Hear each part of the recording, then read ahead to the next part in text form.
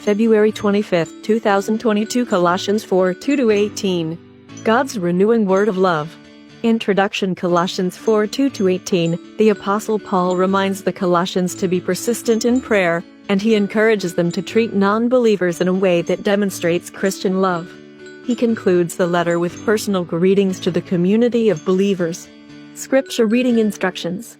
2. Be persistent in prayer and keep alert as you pray, giving thanks to God. 3. At the same time pray also for us, so that God will give us a good opportunity to preach His message about the secret of Christ.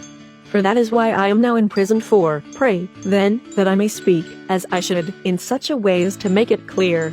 5. Be wise in the way you act toward those who are not believers, making good use of every opportunity you have. 6. Your speech should always be pleasant and interesting, and you should know how to give the right answer to everyone.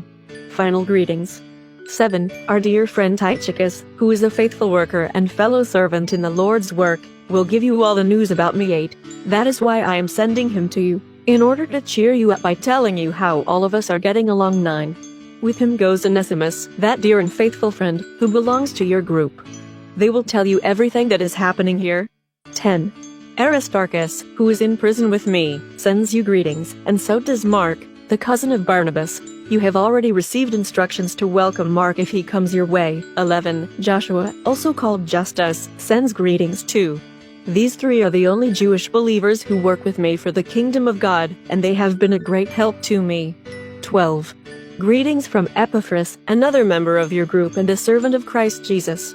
He always prays fervently for you, asking God to make you stand firm, as mature and fully convinced Christians, in complete obedience to God's will. 13. I can personally testify to his hard work for you and for the people in Laodicea and Hierapolis. 14. Luke, our dear doctor, and Demas send you their greetings. 15. Give our best wishes to the believers in Laodicea, and to Nympha, and the church that meets in her house. 16. After you read this letter, make sure that it is read also in the church at Laodicea. At the same time, you are to read the letter that the believers in Laodicea will send you. 17. And tell Archippus, be sure to finish the task you were given in the Lord's service.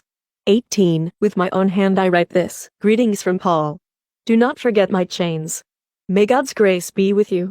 Today's key verse, Colossians 4:2. Be persistent in prayer, and keep alert as you pray, giving thanks to God.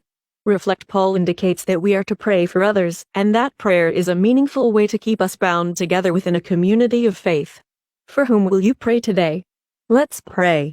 Holy God, I praise and thank you for your mercy, love, and grace. Help me to be persistent in prayer and draw me close to you. In Jesus' holy name, I pray. Amen.